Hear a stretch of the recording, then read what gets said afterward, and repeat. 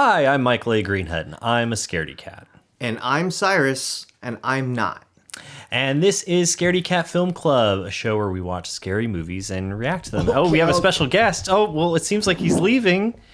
Hello, Othello. This is our resident cat. I don't think he's not a scaredy cat. No, he's not scared. No, he ain't scared of anything. Come here. Come here. There we go. Leap. Okay. All right. This is a show where we introduce Michael to a horror film novice to scary movies he's never seen before and find out what his reaction is. Yes. Oh, also, if we stick to our release schedule that we're hoping to, this should be releasing in December. So happy holidays. That's why I'm wearing this. And if we didn't release this in December and this makes no sense, well, happy holidays when it comes around. I celebrate Flint Flossie for the holidays. Flint Flossie all across the nation. Oh, shit. I didn't realize you were wearing this shirt. Damn. Sweet. All right. Okay. Okay, so our movie that we're watching is... Night of the Living Dead. Night of the Living Dead. I almost forgot because right. I keep getting it confused with the other movies in the franchise that have slightly similar names. Right. Dawn of the Dead, Yeah. Return of the Living Dead. Yeah. Okay, so this is a first in this series in that I have also not seen this movie. Yeah. So typically before the episode or before we watch the movie, I ask you what you know about it. Mm-hmm. But since I haven't seen it, I'm also going to say some things that I know about it because this is uncharted territory for me. Yeah. I've not seen it because I'm not really a zombie guy. Oh, really? I didn't know that. Yeah, I don't know. I have properties that have zombies that I like, but in general, zombies as a vehicle for horror has not really been all that appealing to me. That being said, I've seen a couple of zombie movies, and generally speaking, I do like them. But what's your favorite zombie property then? Probably Evil Dead. Evil Dead. Okay. Yeah, probably Evil Dead. But there's I really like. Is that zombies? Isn't it technically something else? I mean, or are they basically zombies? He's kind of zombie. They're zombie adjacent. It seems zombies-ish to me. If not that, then I thought 28 Days Later was really good. I like that one. And I really like the Walking Dead comic. Sure. I couldn't really quite get into the show, but I thought the comic was really good. I didn't finish it because I know it never ends. No, it ended. Oh, never mind. Yeah, it ended a few years back. But we're talking about Night of the Living Dead. Can I just say my favorite zombie property? Yeah, sure. Dead Rising, the video game. Oh, nice.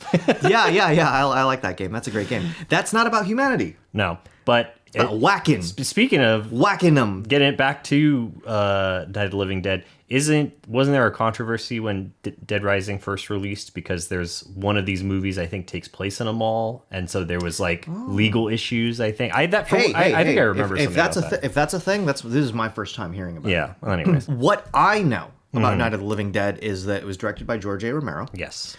And I know that George A. Romero is one of the foundational people in the zombie horror genre. Yeah. Those are the things I know. Yeah, to my knowledge, I mean, the idea of zombies and things like that he didn't invent it, but it seems to, similarly to how Halloween popularized slasher movies, I think this popularized zombies in media. It seems that way from what I've been able to look up, because I know that this wasn't the first zombie movie.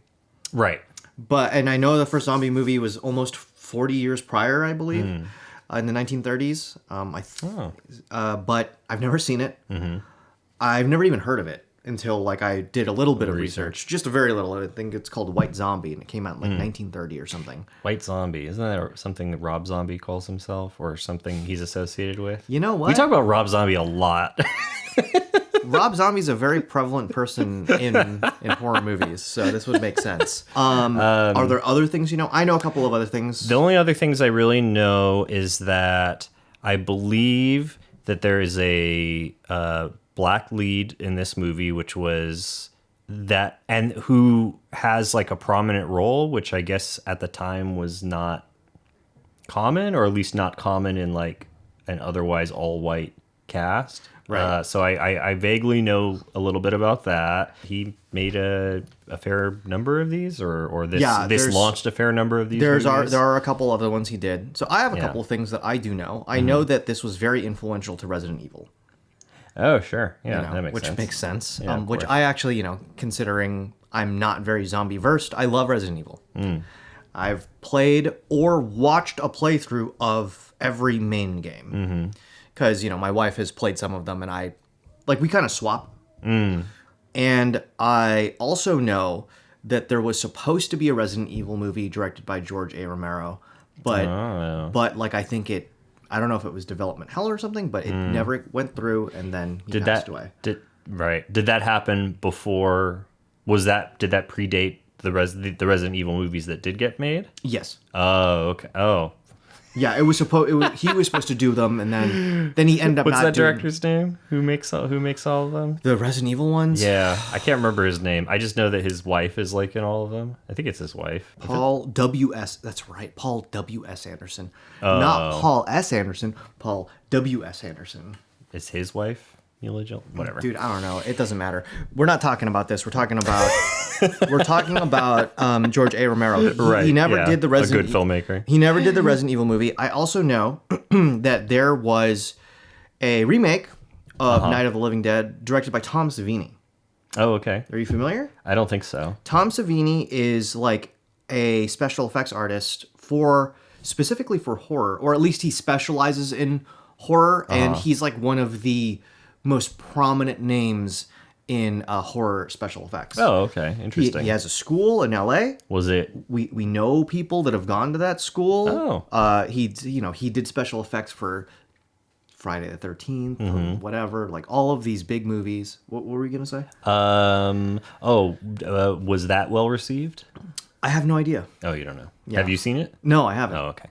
And I guess it would be weird for you to see the remake before you Yeah, saw the original. yeah. Though That does happens. happen. And then I originally thought that Zack Snyder made a remake, but he didn't. He remade Dawn of the Dead, Right. Which is like maybe the third or fourth of these movies. Okay. Which I don't even know if they're connected. Honestly, I'm gonna find out eventually. Yeah. Let me see if I have anything else. Okay, so I don't have anything else about what I know. Okay. So I'm gonna ask you on a scale of 1 to 10. Yeah. What do you think? How scary do you think it's gonna be? I don't think this is going to be very scary at all. I think there might be a little bit, but it's one of those things where, and I could be wrong, but it's one of those things where I feel like because of how old the movie is, that the precedent of how scary it would be is less, if that makes sense. You know what I mean? Sure. Anyways, I'm gonna hedge my bets. I'll say a 3. Okay. 3 out of 10. 3. I'm gonna say 3 out of 10. I was gonna say 2, Okay. but I feel like I might regret that. Damn, dude. Okay. Sure. Let's say 3. Because I'm also like trying to think, well, what's if this is a 3, like what's a 2 and what's a 1? And I'm thinking a 1 is like stuff that has horror elements in it but isn't scary at all. Have you seen Shaun of the Dead? Yeah. I'd put that at a 2, actually. Oh, not a 1. Yeah, not a 1. Because there is a moment in there that did spook me. Sure. when I originally watched it. Do you remember the moment? Yeah, it's when the guy gets ripped apart. Oh, okay. That was like, I was like, oh my God. It was so jarring. And especially because I think up until that point, there's nothing that's really that horrifying, like genuinely. It's all very played comedically, but that is like genuinely horrifying. And the fact that like his girlfriend goes after her or after him and you know that she's toast as well. But yeah, so anyways, Okay. a 3. 3. A 3. Scarier than Shaun of the Dead. Yeah, I think so. I love Shaun of the Dead. It's a great movie. That's a great movie. Edgar Wright is great. Yeah. Shaun of the Dead did not scare me. I wouldn't put it on a scary scale personally. Sure. Well, but I would say like It's a 2 for you though. like a 1, because I don't think there's a 0. If it's a 0, then it's not on the scale, right? Sure. Like a 1 is like Nightmare Before Christmas. Like there's nothing scary about it, but it has that vibe. This is daylight. Are you scared or no? I mean, I'm less concerned. Because it's daylight. Yeah. But they're in a cemetery. That's why I'm less concerned and didn't say I'm not concerned. You know, or like maybe Beetlejuice or something. I don't know. Wow. That's so interesting. That's how I think about it. Yeah, anyways. yeah. How do I say it this way? Like, yeah, I mean, Nightmare Before Christmas is like one of my first 2 VHSs that I got from my godmother for Christmas when I was like 4 years old. She got me Nightmare Before Christmas and Jurassic Park. Nice. They're both very foundational to like my Who you are. yeah, to who I am, because I watched them over and over. But as a 4-year-old, I did not believe Nightmare Before Christmas was scary. Sure. I thought it was like really, really cute. Yeah. Well, I was like, oh, these guys are so cute. Look at these. we know someone who did find it scary. Right, yeah. We can have our ways that we look at the rankings because we Yeah, of also course. are scared in different ways. Oh, totally. But for me, like, I don't know if something that provides me no fear at all would be a 1.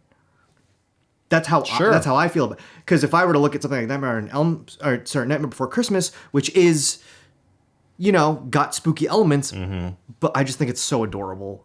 Yeah. Does that scare me? I don't know. I get you. Yeah. Anyways, It's the vibe. it's the vibe. It's a 1 vibe. It's a 1 vibe It's got a vibe of a 1. for you. It's not scary, but it's just like, Right. you know, I it's got those elements. Sure. I can understand where you're coming from. I don't know if that's where I'm coming from. Sure. But then I would have to recalibrate or understand what my 1 is. I don't know where that is right now. I wonder what your 1 is. Yeah. We'll figure that out. Through time, maybe we'll discover it. I think it's more because I'm somebody who isn't as scared of things. It's more important that you have your meter. Yeah, right. And you're the one who's on the cartoon. Yeah. I'm not on that cartoon. Let's start the movie. Let's start the movie. Jeez, what a fucking bummer. Oh my god. Yeah. All right. Well, we did it. We watched that one. Oof. 2 things. Number 1, we just finished watching Night of the Living Dead. Yes. Number 2, we recorded us talking about the movie for 10 minutes before we realized that we did not have our audio on. So we're starting again. Yes. Let's go back Yes. let's try to remember the things we talked about. Well, what did you think about the movie? What did we think? So I enjoyed it. Definitely think that my scariness estimate was accurate. I think Right. a 3 A 3. was correct. It wasn't ever, you know, terrifying or anything, but there were some real moments of horror that I definitely, you know, made me, whatever. Yeah. Especially the first time you see the corpse upstairs. Oh shit. Right. That was very surprising. Yeah, that was actually that was a bit of a shock. That was very surprising. Yeah, you know, I mean, for me, like, I think that I didn't really expect to be scared at all. But I do think that there were good moments of tension. Yeah, definitely. I think that, well, if I remember, the things that there were still moments that truly shocked me and did make me feel certain things. So, good moments of tension in like the arguments between people, good moments of tension in like, will someone survive something or not? But like a lot of the shocks for me were just how graphic it was. Right. Yeah. Yes. Because they start you off very slowly. The first zombie that you see, which, you know, if you're an audience that's watching it when this movie came out, you might even not even have a concept of what a zombie is. So, you know, you just see this strange shambling man. I love how some of them are just dudes. Yeah, there's Like there's no like visible. Yeah, I would see that guy At a 7-Eleven today. At Walmart. Yeah, that guy's at Walmart right now. Coat's a little torn, but otherwise he looks pretty normal, Yeah. you know? I mean, he walks slow. walks a little Yeah. slow and stilted. I've definitely seen that guy in line at In-N-Out. But yeah, otherwise, I mean, they the two initial characters, Barbara and Johnny, had, you know, just thought it was some guy. dude, Some guy. some dude in the Until cemetery. he pounced. His mistake was not suplexing. Yeah. Because he came from behind. Perfect suplex. Easy German. Yeah. So then for it to ramp up, you see the corpse upstairs. You know, its face like torn apart, blood dripping from the staircase at one point. Later on, when they're eating, I forget the character's name, Judy, and I forget the Lord Farquaad. guy. Lord Farquaad. The Lord Farquaad looking dude. Yes or no, this is your last chance. No beating around the bush. Fucking Lord Farquaad. Kind of like Lord Farquaad and Zac Efron together. He kind of looks like Zac Efron to me, too. Yeah, I see that a little bit. Yeah, with a Jim Carrey Dumb and Dumber. Yeah, haircut. the Jim Carrey Dumb and Dumber haircut guy. Yeah. This guy's fucking haircut, man. He looks like Jim Carrey and Dumb and Dumber. Yeah, oh my god, that guy's so funny. Yeah. I think for me, the organ eating. Yeah. I did not expect this to be as graphic as it was, and I don't know why I didn't expect it. Jeez. Holy fuck. Oh my god. That was fucking brutal. This is like a foundational zombie movie, and Sure. there is a lot of organ eating and stuff, but like you just see it. Good sound. Ooh. Ooh. Jeez. Whoa. The Foley artist is working overtime. And the sounds, there's the squishes and everything. Yeah. It's like so. It's very visceral. Yeah. Dude, that's what brains does. Protein. They're all just trying to bulk. Yeah, they're just trying to get that bulk, man. Trying to hit their protein goal. I agree. I was a little surprised as well, just because the age of the movie, you just don't expect to see stuff like that in older movies like that, especially black and white. Yeah, black and white. Especially black and white. But I believe this movie is past when they started making color movies. Sure, and maybe they did it for budgetary reasons. Yeah, It or was something. cheaper to shoot on black and white film than color. I don't know why, but I mean, I remember there were color things before that. Oh yeah, definitely. Yeah, so like when was Wizard of Oz? Oh, like what? I want to say. I don't know, when was Wizard of Oz? Yeah, well, I want to say the late 30s, Wizard, but maybe Wizard that of seems Oz too early. was, and then like I put a graphic right here There you that go. says when Wizard of Oz was. Right here. But no, yeah, certainly. I mean, I assume that it was a budgetary thing. Sure. Like it was like low budget. They were trying to get by with. I mean, I assumed it was an aesthetic thing, but I have no idea. Could be. Could be budget, could be aesthetic. It does make me think about Walking Dead, which, unlike the Yeah. show, the comic is black and white. Right. So it's like, oh, like, because I've never seen Night of the Living Dead, like after watching it and having read several issues of Walking Dead, like my first thought was like, maybe Walking Dead is just referencing this. Oh, I mean, totally. You know? Especially now that we've especially now that we've seen that. I mean, I only know a little bit about Walking Dead. I haven't really watched or read much of either, but I do know, which is interesting actually, because in spoilers for Walking Dead, you eventually find out that the whatever it is that's causing people to come back as zombies. Oh, they say it? Really? In Walking Dead? Yeah, because when I... Oh, did you not? I mean, I don't... Can I spoil this for you? You then? can. Okay. It's just the thing is, like, I read I thought like you maybe got way into 40 it. to 50 issues. They didn't Okay. do it. So they eventually didn't talk about it. They eventually say that it's, I don't know if it's necessarily a virus or anything, Mm-hmm. but it's basically in everybody. So anyone who dies, no matter the circumstance, will come back as a zombie. Eventually. Unless you cremate them or shoot them in the head, which I thought was interesting because it's the same in this. Whereas when the satellite comes, right, so which is also geez, interesting. What a heavy level of radiation that it must be affecting so much, yeah, like geographical space. yeah. To the whole. At least 2/3 or half of the U.S. Yeah, is affected. if not other parts of the world. Who knows? Was like that's a crazy amount of radiation. But that's what's interesting too, and we talked about this in our right. recording. We talked about that. but just to go over it again for the sake of this, very interesting to me that it wasn't a supernatural cause. Right. That's what I was expecting, was to be something supernatural, because I know that part of zombies, or the mythos around zombies, comes from voodoo, which has to do a lot with the dead coming back to life, or aspects of voodoo have to do with the dead coming back to life. So I expected it to be something like that. I actually but think instead it was. I think that's something that I didn't know. Oh really? Yeah. Yeah. But for this, it was more of a science fiction reason. You know what? Satellite going around Venus, and then the radiation from Venus, I guess, coming back and affecting Earth. Two things about that. One, that was weird. That did like catch me off guard when I, they're like, oh, it's another planetary like radiation thing. It's like, well, that's very odd.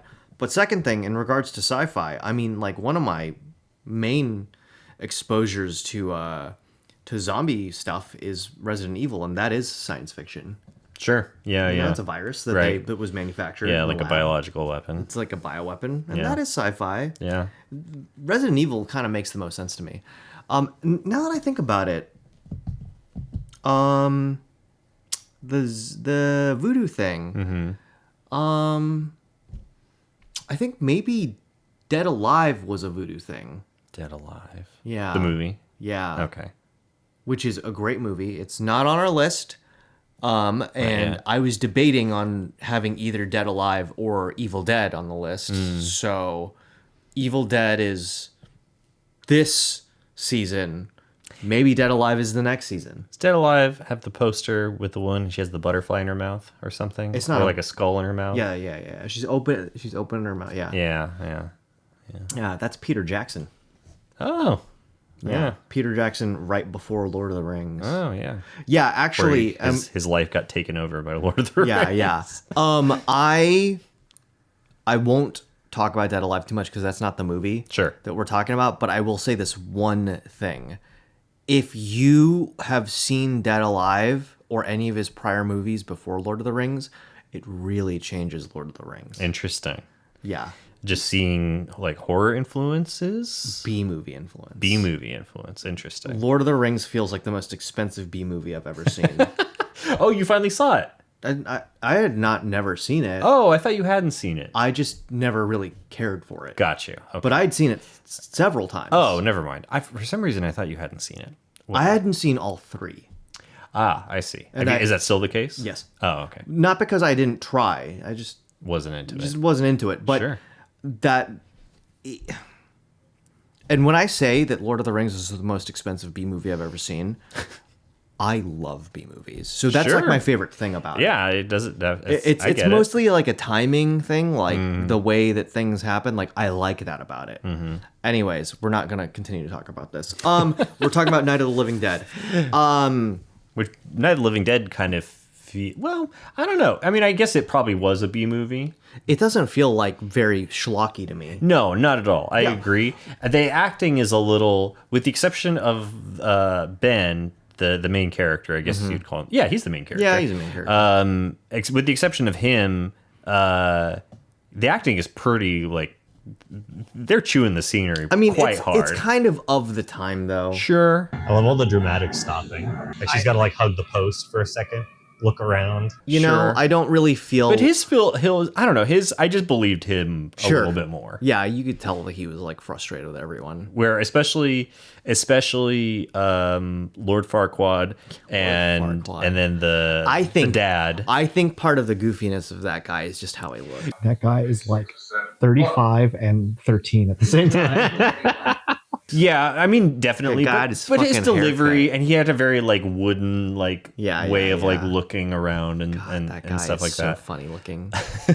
It's a bit like Zac Efron in like the Iron Claw. Yeah, that's totally it. Yeah. That's totally it. But in any case, anyways, so Night of the Living Dead. I guess I would assume that people would have viewed it as a B movie at the time, but it doesn't feel like a B movie. It doesn't feel schlocky. It doesn't feel goofy. It feels pretty thought out. Well thought out. I think the thing that stands out about it to me, and the thing that I enjoyed the most about it, that doesn't feel like B movie-ish to me, is like there's a lot of logic. Yes. And there's a lot of strategy. Mm-hmm.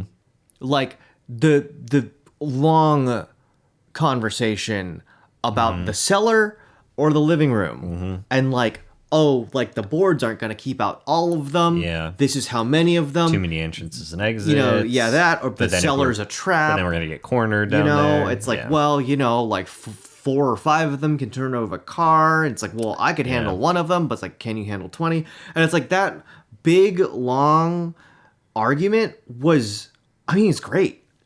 Yeah. It really feels like the basis for, you know, if this didn't happen in anything else, it really does feel like the basis for a lot of zombie stuff that I've seen since then. And it's, you know what I appreciate about it too is, and I know you didn't watch Game of Thrones, but it reminds me of, spoilers for Game of Thrones, it reminds me of a scene, I think it's in the final season, where they are facing an undead army, right? And it's coming to this castle to attack them. And they know that these creatures have the ability to raise the dead to help them fight and like join their side. That is an impossible thing to fight against. Right. But then they decide, oh, well, let's hide all of the women and children and the infirm in the crypts because they'll be safe down there. And it's like, you know that they can raise the dead. They can raise the dead. That's and exactly where you're the dead putting is. them in a place that's full of dead. It's like where's the logic? There's no logic. I think that like the level of strategy that goes into those conversations was really fascinating to me. It was my favorite part of it. I mean, it's a lot more honestly, it's a lot more intelligent than a lot of people are in a lot of horror movies. Yeah. I mean, it wasn't flawless, certainly, but but it was. it was sound. It is really fascinating, and you know, And like it was like, okay, we got to board up the house. We gonna try to survive in the cellar or up here. Here are the pros and cons of both. Okay, news report says that there are places that people are gathering. Yeah. I think we need to go and try to risk it to get there. Yeah. Obviously, that plan fails with the gasoline going everywhere and the car blowing up. But that like what do you call it? But that aspect of it, I feel like it's the way it blossomed into so many other zombie things. Is cool because that is kind of the thing that is most interesting about zombie stuff to me. I mean, there's the Max Brooks book, Zombie Survival Guide. You know, there's like Resident Evil, which is like a strategy game. I mean, it's a survival horror, but there's strategy to Resident Evil. Yeah. You know, even the boarding up of stuff, and you know, I mentioned this before. and like resources, right? Yeah. Resource management. Managing your resources, but in 4, in Resident Evil 4, there's like a boarding up, you know, mechanic in the game where you could board yourself up in rooms constantly. Like you could save wood in your inventory and board up a room. Hell yeah, that's some wood. Little dinky pieces of wood. You know, I think like one of the most fascinating parts of the movie is that just the argument. Yeah, totally. I mean, you know, obviously the zombies pose a real threat, but you know, ultimately it is also people not being able to get along, get on the same To get page. along, get on the same page, like each other, trust each other, which Yeah. we did see in the movie. Oh, totally. We saw Cooper go for the gun. I would not trust this fucking dude. Yeah, he's got issues, man. He doesn't seem He's squirrely. yeah, he seems squirrely as fuck. Well, I mean, even before that, I mean, just the fact that he was so willing to, you know, he heard people upstairs clearly. Oh, Wait, those are people. one of them certainly seemed like a person. Yeah. That are talking, conversing, and they were there for a long Yeah, and time. he's like, I don't know what that hours, is. and he's just like, we're not dealing with that. Yeah. You heard them talking. You must have. Until he was ready to, for whatever reason, whatever changed his mind. But yeah, just the selfishness. Yeah. and the, I guess self-preservation, but at the expense of others, and really kind of shooting yourself in the foot Yeah. by not working together with other people. But yeah, I don't know. I also, it's interesting because it was never explicit at any point, but I couldn't help but also think of race playing a factor. I also can't help but wonder if she's, Bit? no, not bit, like, racist. Oh, yeah. You know what I mean? Because she was Sure. staring at him like, Yeah. The fact that Ben was the only black person of color, I guess, in the whole movie. Yeah. But in that group specifically, and just the undertones maybe of the lack of trust, and it's interesting because he was. Not only did he survive to the end, Clearly but the most capable. damn, we got the door off. This guy's working fucking hard. This guy has it under control. But yeah, clearly the most capable and overall the most level-headed, except Yeah. for when he backhanded Yeah. for some reason. Jesus. Damn, he like punched her. Damn, he knocked her out. Holy shit. I mean, she hit him first. Sure, but that was a pretty strong response. I don't know. She was pretty out of it though. Sure. Almost the entire movie. That was kind of surprising to me too. I thought because since we started with her and her brother, Yeah. I was expecting her to be a bigger part of the story, and she She just sat around. yeah, and was, mostly just sat around. like fried. Yeah. Totally fried. Yeah. Too shocked. Too Yeah. shell shocked or whatever. Yeah, and then also at the end too, when he has survived. Excuse me, he has survived. The rescue party is making their way towards the house.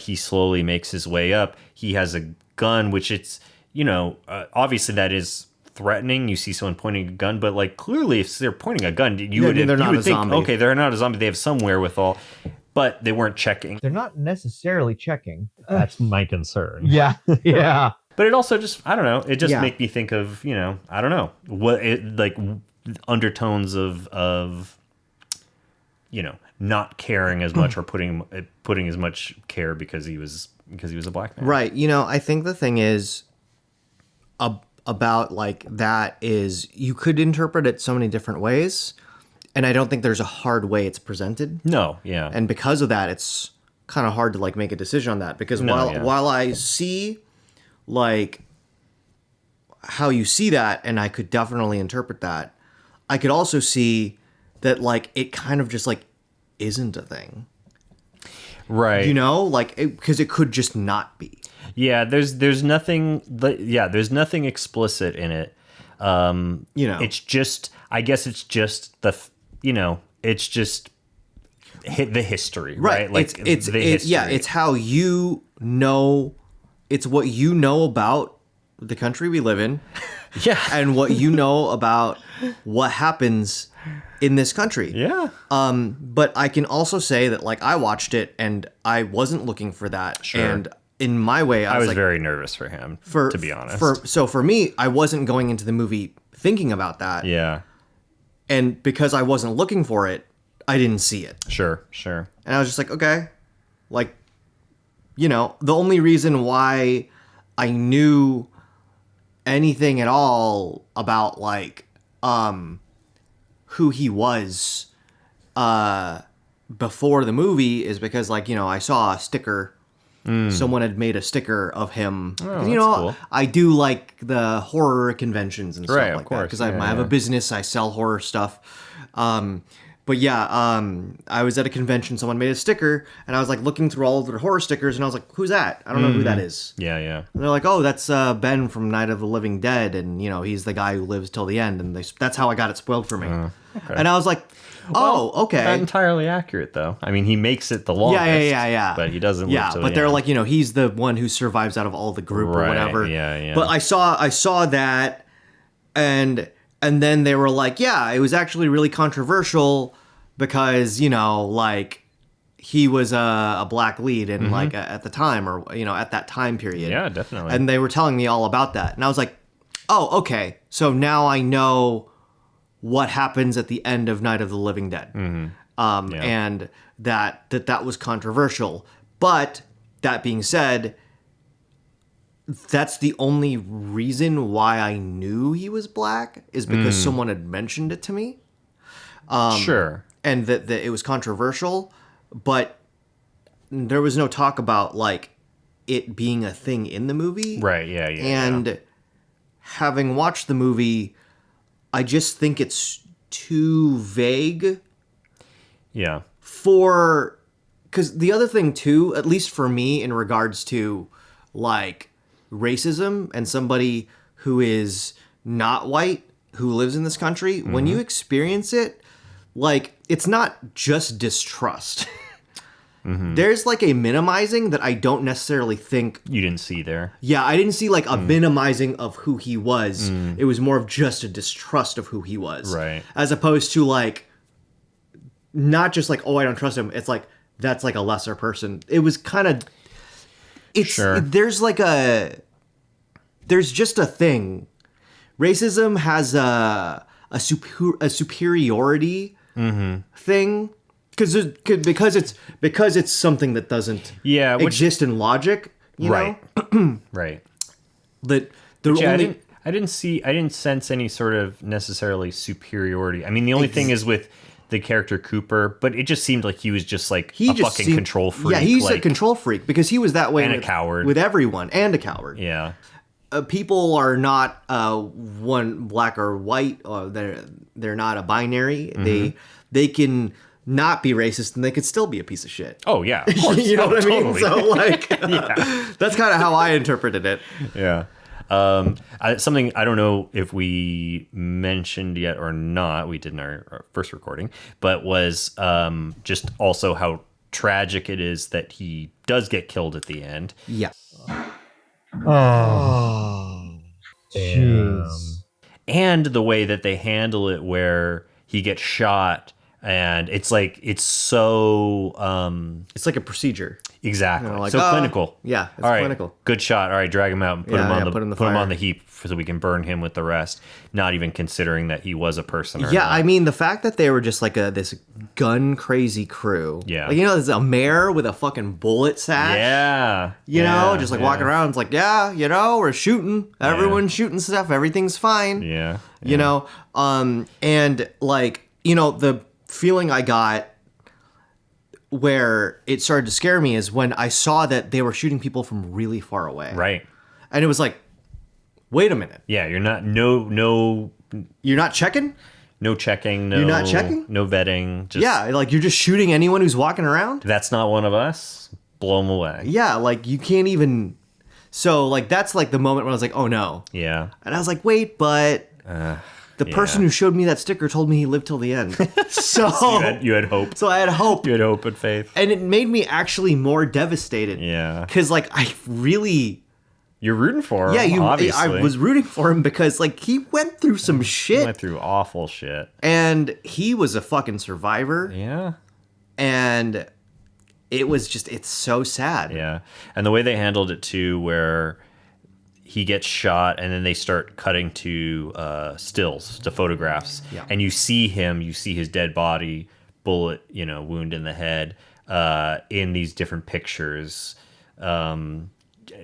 Like he's just another corpse. Just another corpse. And it's like, no, man, he was Yeah, this guy was. He went through so fucking much. badass too. It's so Ugh. sad. Oh, dude. Went through all that. Survived. Poor bastard. The Ben dying, like it hit me real like pretty hard, and that was probably the thing that affected me the most in the entire movie. Just because I was like, just so bummed. Yeah. Yeah. Especially because I didn't think it was going to happen. Yeah. I legitimately thought that I knew the ending of the movie. Yeah. Well, even though you kind of got accidentally spoiled, at least they were wrong, so there was still some element of surprise. Sure, yeah. I did know? actually get a little bit of surprise there. Yeah. I might even venture to say, what if he actually purposefully spoiled it wrong for me, so that Trying to protect you. so that I could actually feel something when I watched the movie. I don't know. Maybe. Is there anything that you like saw in this that you like it kind of clicked for you that like maybe some other zombie thing you have experienced or consumed like you saw the connection? I will say Sure. that like for me, I remember when we started this, I said I'm not much of a zombie guy, but then I came to the realization I'm a zombie video game guy. Right, yeah. 'Cause, like, because you did kind of list Yeah. a lot of stuff. Yeah, because I didn't. I've seen a few zombie movies. You have? No, you have. Shaun of the Dead, Shaun of the 28 days Dead, later. 28 days later, 28 weeks later. Yeah. Dead Alive, Yeah. or Brain Dead, whatever country Evil it's Dead. in. Evil Dead. I've seen 3 of the Evil Dead movies. Wreck is a zombie movie. I've seen that one. That's a great one. Maybe it's 10 or less, and that's why I would say Sure. that it's In comparison to other. because I would also say like 10 or less zombie.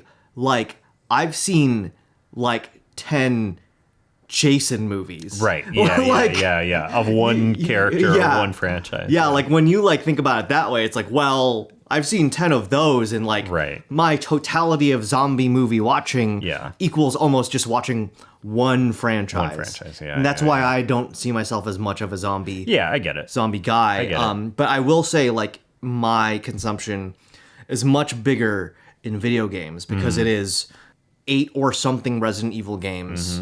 You know, it is A couple Dead Rising games. You've yeah, more than I've played like 3 of the Dead Rising games. Yeah. I'm still trying to get Dead Rising 3 somewhere. I've played 2 of the Last of Us games, which Mm-hmm. isn't technically zombies, but They follow a lot of the same. yeah, they follow rules a lot of the same rules, or and the aesthetics. world is similar. Yeah. And you know, I'm sure there's a bunch more that I can't think of off the top of my head, but yeah, I play zombie video games, so I recognize a lot of things Yeah. influence from this spilling into those. Yeah, I mean, I think I mentioned it already, but the idea of this now being almost like an epidemic where it doesn't matter what the status quo was before. From now on, going forward, if you die, you're going to come back as a zombie. You're going to rise from the grave. And I thought that was interesting because when I heard about that in The Walking Dead, I thought that was a unique thing to The Walking Dead. I was like, oh, that's really interesting, you know. But now I know it's complete homage. I guess I was gonna say rip off, but it's kind of similar. It would be nice to say homage. I will say though that I did get to the point where you did find out it was everyone, and it was awesome yeah, because how much do you know about The Walking Dead? not that much. Major Walking Dead spoilers. Are you interested in The Walking Dead at all? You can tell me. I have a couple things to say. So I'll say 3 things now, right? Because we'll frame them out. One, I never intended to not finish Walking Dead. It's just that I moved. And I went to college. Sure. And I got busy. Yeah. And because I was reading Walking Dead as it was coming out. Same with Invincible. I was reading Invincible as it was coming out. And I like went to college. I got really busy, and my life was spent doing something else that was more important to me at the time. Yeah.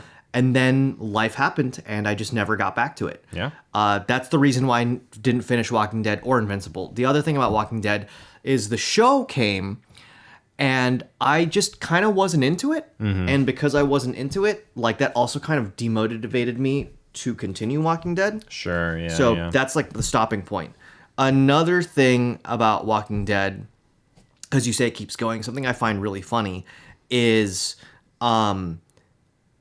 there's another comic that really influenced Walking Dead, Why the Last Man. Sure. Yeah. And Why the Last Man is actually a very short-lived comic. I think it had like 40 issues, maybe 30. Yeah. Very Yeah. short. Yeah. Something like that. There is, you know how there's like a preface before like comics? So in The Walking Dead, there's a preface on the issue where they finally catch up to Y the Last Man. Oh, okay. And they're like, you know what? A lot of people compare us to Y the Last Man, and look at us, we're making more issues now. Sure. And it was like, that's really funny. Yeah. But they're like, they were like, this is a celebration. Like, we didn't know how long we'd last, and we lasted longer than Y the Last Man, which is like a huge influence for us and all that stuff. And, I thought that was really funny. And then I want to say maybe like 12 issues after that, I was like, I had to go to college and I was like moving, and I was like, I was also like, I kind of feel like this is a good stopping point too, because it's like, I feel like I went through this type of arc, this type of arc, this type of arc, this type of arc. And it's like, well, this next one kind of feels kind of like this one. So I'm just going to stop. And I felt fine. So I'll go all the way back to the thing we're talking about, where it was like they all turn into zombies anyway. Yeah. So this is major Walking Dead spoilers. If you are not familiar with Walking Dead, the main character is Rick. Yep. And he's a like cop or sheriff or something, and he's in a coma, and because of some sort of cop thing, he wakes up in the hospital, miraculously like still alive, but the world is a different place. Right. And he's been in a coma for a month, and he didn't, he doesn't know. He, with his skills, his cop powers or whatever, Cop power. eventually finds the crew with his like friends and family, and his wife and his best friend. Damn. And all of that, and they it's like, didn't come looking for him. well, the thing is, he was in a coma, and Sure, the world so they were like, apart. he's and they, a goner. yeah, they thought he was dead. So he finds them, and then he like comes in to the crew, and they're like, "Oh my God, you're alive!" And his best friend had gotten with his wife. Oof. Brutal. Yeah. I was gonna say in a month, but also, zombie apocalypse happens. Apocalypse, Yeah. all this stuff happened. I think the coma was much longer, maybe. Oh, sure. So it's kind of like apocalypse, like, you know what I mean? Yeah, All yeah. I get it. Stuff happened, and then a lot of the first several issues are about that. Like the first big arc is just this dynamic is terrible. Right. Him trying to wrestle with the fact that his wife moved on. Well, the thing is, she then leaves his best friend to get back with him, and said best friend is still in the crew. And that's messy. That's the dynamic. That's messy, but also what are you gonna do? And it's like, Kick the guy out? You can't. Poor bastard. Yeah, you can't. And the tension between them is basically the whole first arc. Yeah. Which is like, I don't know, however many issues, 12 or whatever. Yeah. And it's really good. And the way it ends is, so Rick is the main character, Shane is his best friend. Shane, eventually he's like, listen, like in his mind, he's like, I love her. I have to get rid of Rick. Damn. So I gotta get the gun. yeah, so what happens? Yeah, I gotta get the gun. He's Cooper. So what happens is, they try to suss it out in the forest, and it gets dangerous. Like they're away from everyone, and they're sussing it out, and it gets really dangerous, and it's going to come to one of them killing each other. But Carl, Rick's son, is watching the whole time. He shoots Shane. Damn. So and he's a little boy, but he sees, oh, my dad's in danger. Sure. He shoots him. Yeah, fuck him. So Shane's dead. And then it's like, okay, problem solved for now. Right. And then several issues later, like so many issues, like maybe 20, maybe 30, like eventually they're like, well, they didn't get bit, so they'll be fine. But they died, they didn't get bit, then they came back and they're like, wait, that person didn't get bit.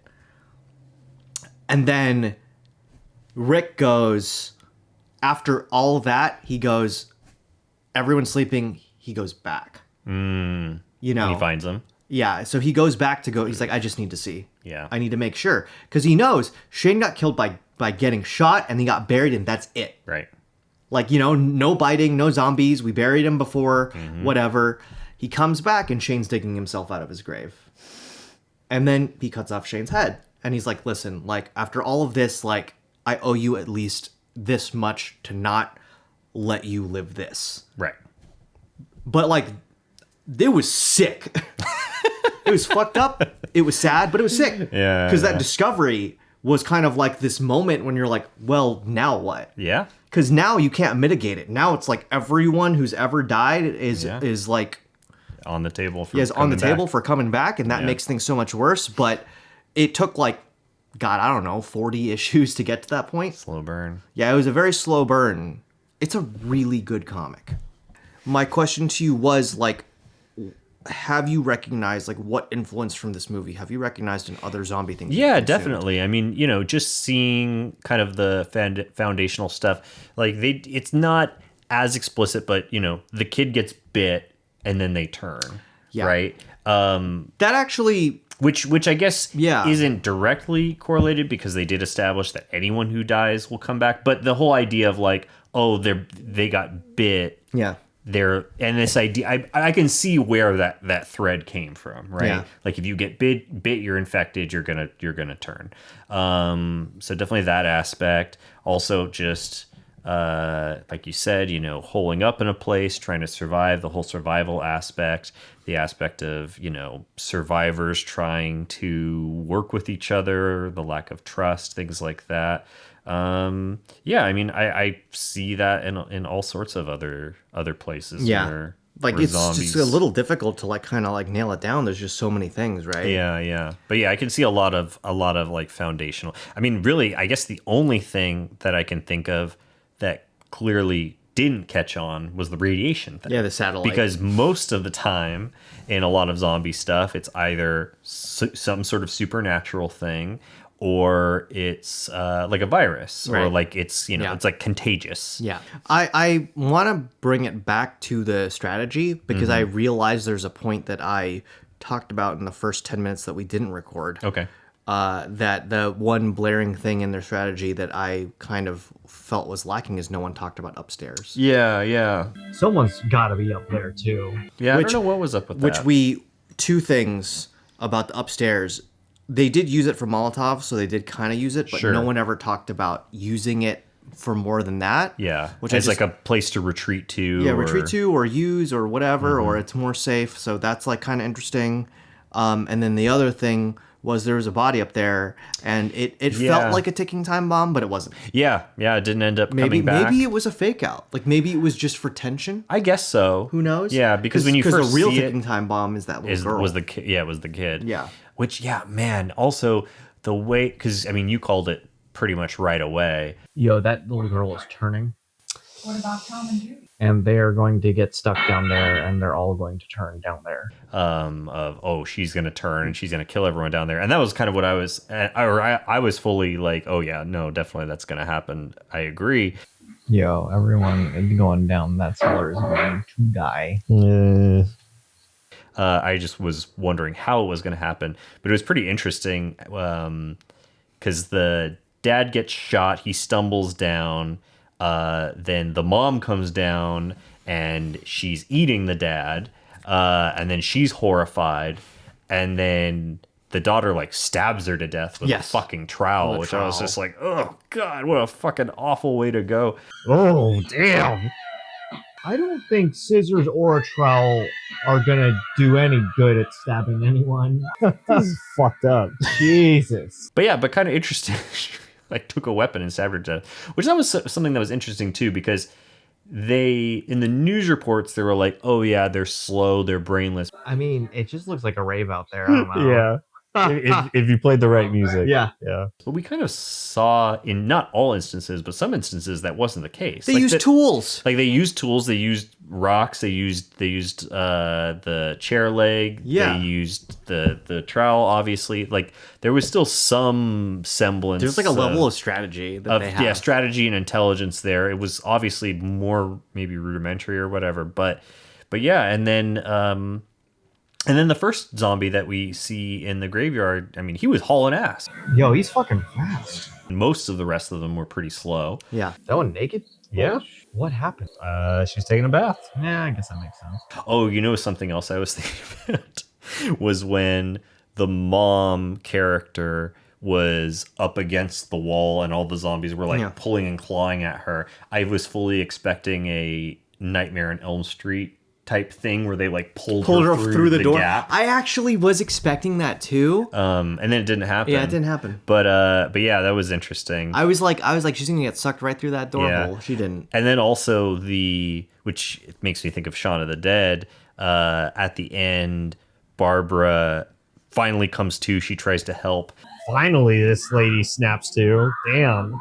And she's trying to fend them off, and then her brother comes through. Wait. Oh, shit! No! You got the driving gloves. Yeah. Oh, she's toast. She's a goner, dude.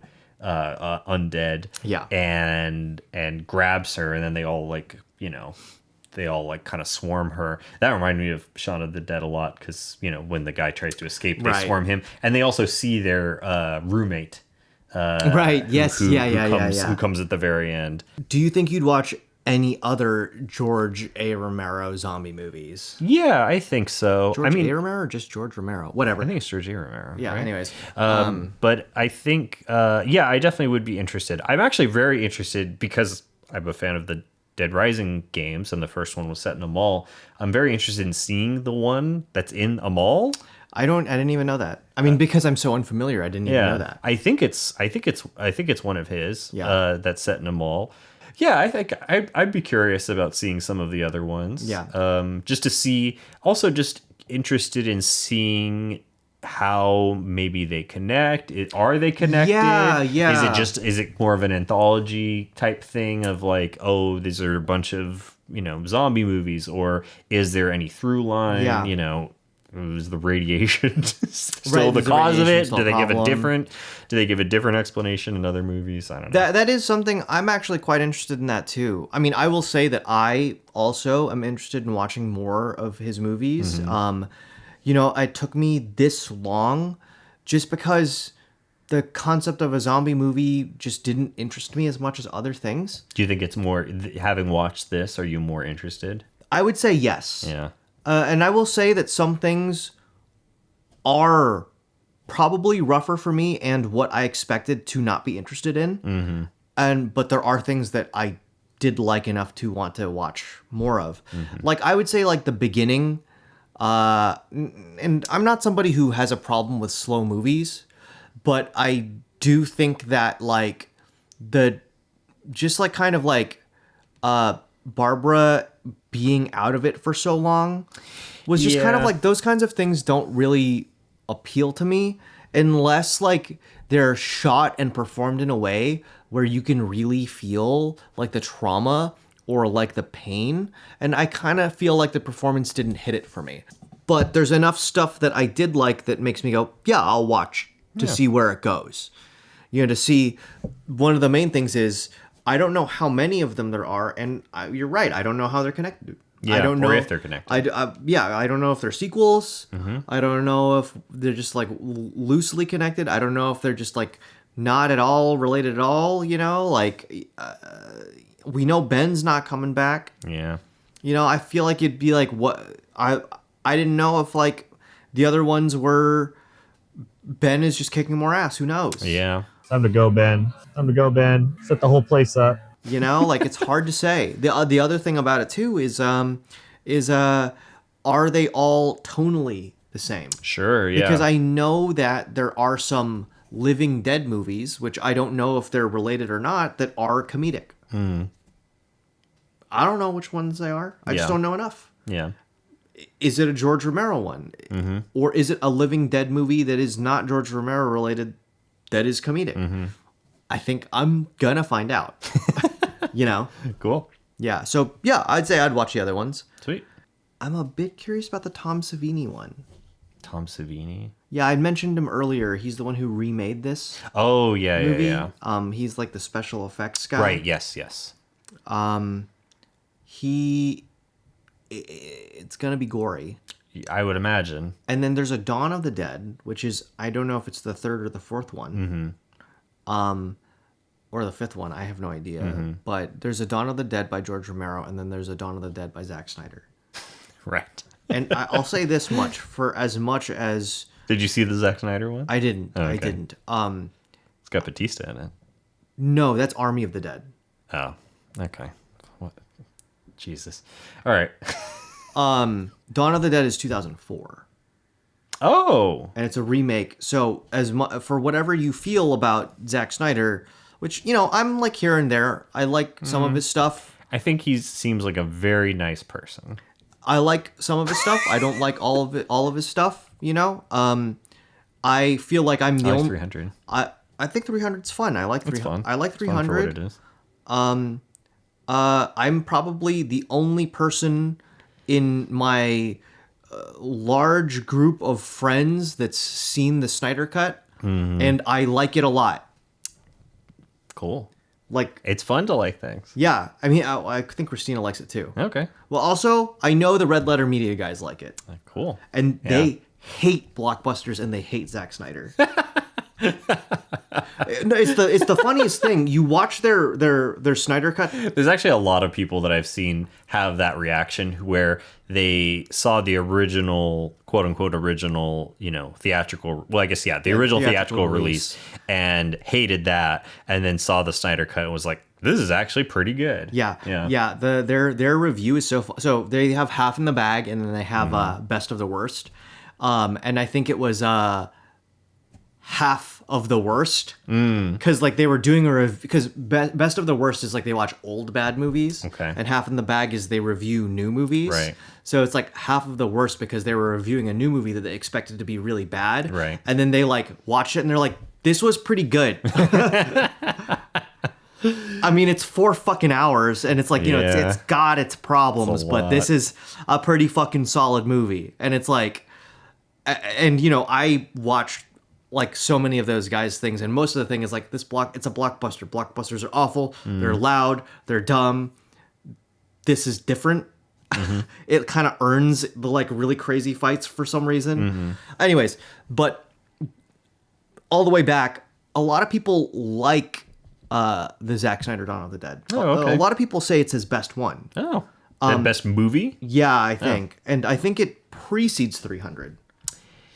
That might be right. Because 300 is 2007 or 6, I believe. Yeah, something so this like that. is 2004. Oh, okay. And, I think that sometimes when people, they gain more, like, pull, sometimes they gain pull and they take more risks, or they're allowed to take more risks. Sometimes when they're not allowed to take more risks and stuff, like when they're like contained, they can flex their talents in like a way that is more cohesive. Yeah. So I have Some people work better under constraint, and some people work better without it. I'm under the impression that it's good, and I am interested in it eventually when I watch Dawn of the Dead. Right. And then The you can- original one. Yeah. So, I have a journey of, I also have this like personality where like I get a taste of something and I just like the floodgates open and I Yeah. do stuff, which is the reason why I've seen like, 10 Friday Jason the 13th movies. Yeah. movies, yeah. Which I don't even like them. Like, and I've seen 10 of them. Like, Right. so I'm just kind of like that. So now that the floodgates have been opened with this, it'll come. Yeah. You're a completionist. Yeah, I am to a degree. Mm-hmm. Not so much that I'll absolutely hate myself, but Sure. I try. Yeah. I'm But kind you of like like that. that. I'm Yeah. kind of like that. So my final thoughts are: this is just the beginning for me. Yeah. Yeah. I mean, like I said before, I'd be interested in seeing some of the other ones, I think. But yeah. Overall, I thought it was very good. And, for horror having at least, and maybe this is my misperception, I'm sure there's a better way to say that, but of horror. But because I wasn't a horror fan, or I'm not a horror fan. Maybe I'm coming around to it through this. But I had the preconceived notion that most horror movies were not great movies, or they were, you know, more like schlocky or more, I don't know, not the best storytelling that you're going to see. But for the most part, I mean, everything that we've seen so far has been pretty good, or at least very enjoyable. Yeah. Definitely haven't seen anything bad yet. I mean, obviously, you're very much curating this list, so Yeah. I'm sure there is plenty of horrible horror movies, but there's also plenty of horrible other types of movies. Yeah, there's plenty of horrible movies. Period. In any genre. Yeah, exactly. And I think horror has this. I think because it has less budget, and I think because it doesn't conform to what the gatekeepers of media Yeah. for a very long time wanted things. It's also probably it's much less marketable Yeah. in a lot of ways. I mean, Depending on the time frame, yeah, which is interesting because because it's very marketable right now. sure, well, yeah, when times are tough, Yeah, yeah. horror does well. Which is, yeah. But yeah, it is. I guess it's seen as less marketable, which is kind of interesting because, I mean, like you said earlier, you guys go to conventions that are all about horror. Yes. And obviously, there's a huge appetite for it, and there are huge fan bases for it. But it is at least seen as more niche. So Yeah, I mean, again, like I said, I think it's for a very long time the gatekeepers of like media had feelings about horror, and I think it's just because there is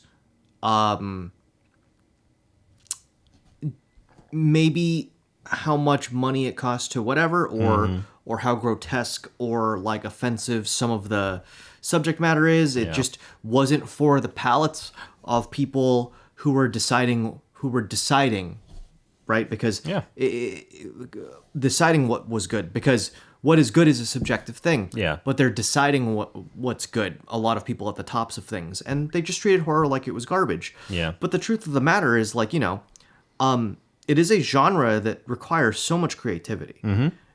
And like, I've seen a lot of like picture of the year movies that are some of the most like non-creative, non-inventive, like I've seen By the this book. By the book. I've seen this before, like, and maybe, yes, really great performances, but in a way those are also by the book and paint by the numbers and just like fill in the blank, like, okay, it's time for this person to pull this kind of performance, and like, let's have a conversation this year of who won the Oscar. Was it somebody that was transformative, or was it somebody that was very emotional, that was non-transformative? And it's like, you kind of only get those two things. It's it's very narrow. Whereas I feel like horror, a lot of people, they'll ask me when we're at like a convention, they'll be like, oh, what's your favorite horror movie? And it's like, dude, like, I can't tell you a favorite. I can tell you a top 50. 50, jeez. Like, I could tell you some of my favorites. I can't tell you a favorite because within horror, because of the level of creativity that goes into it, because when you think about it, a lot of these things, it splinters and splits into so many different things. Horror is not just one thing. Horror is several subgenres. Slasher, supernatural, zombie, etc. I mean, I made a spreadsheet for him when we were going to start this show, where I was like, listen, I'm trying to break this up into subgenres and divide it and curate it for you in a way where you have like a very broad experience that is like some of the most influential stuff that might not be my favorite stuff, just stuff that I know is culturally relevant. Yeah. And because of like that, like, it's just the way that creativity has like manifested in it is what makes it so fascinating for me, which I just feel like is just not really the case for a couple of other genres. Yeah. That are very like, under the stranglehold of like systems that like are pouring more money into them, so they kind of like need more control. Sure. I will go all the way back to the thing you said and say horror is has the capacity for great storytelling. Yeah, definitely. And I'm the way that I'm curating this list for you, it's going to build, and you're going to see through time some of more of my favorites are going to keep coming. Yeah. We started with ones that were, in my opinion, not necessarily my favorites, or honestly, I didn't even know. Right. Night of the Living Dead. I like Nightmare, and I like Halloween. I think they're awesome, but dude, I think about Hellraiser all the fucking time. And you know that. He knows I that. know that. Everyone I know knows that. People know, I have a Hellraiser shirt that I've designed that, I wear, I make Hellraiser art. I love Pinhead. Very influential to me. And there's The Exorcist all the way at the end, which is, if we're talking about people who are picking what's good and what's not good, that one did get nominated for an Oscar. Yeah. And it's I think it's a masterpiece. I think it's an incredible movie. I'm excited. And you yourself, you've seen Get Out. Yeah. And that's one of the horrors you've seen. Yeah. That is a flawless movie in my opinion. It is.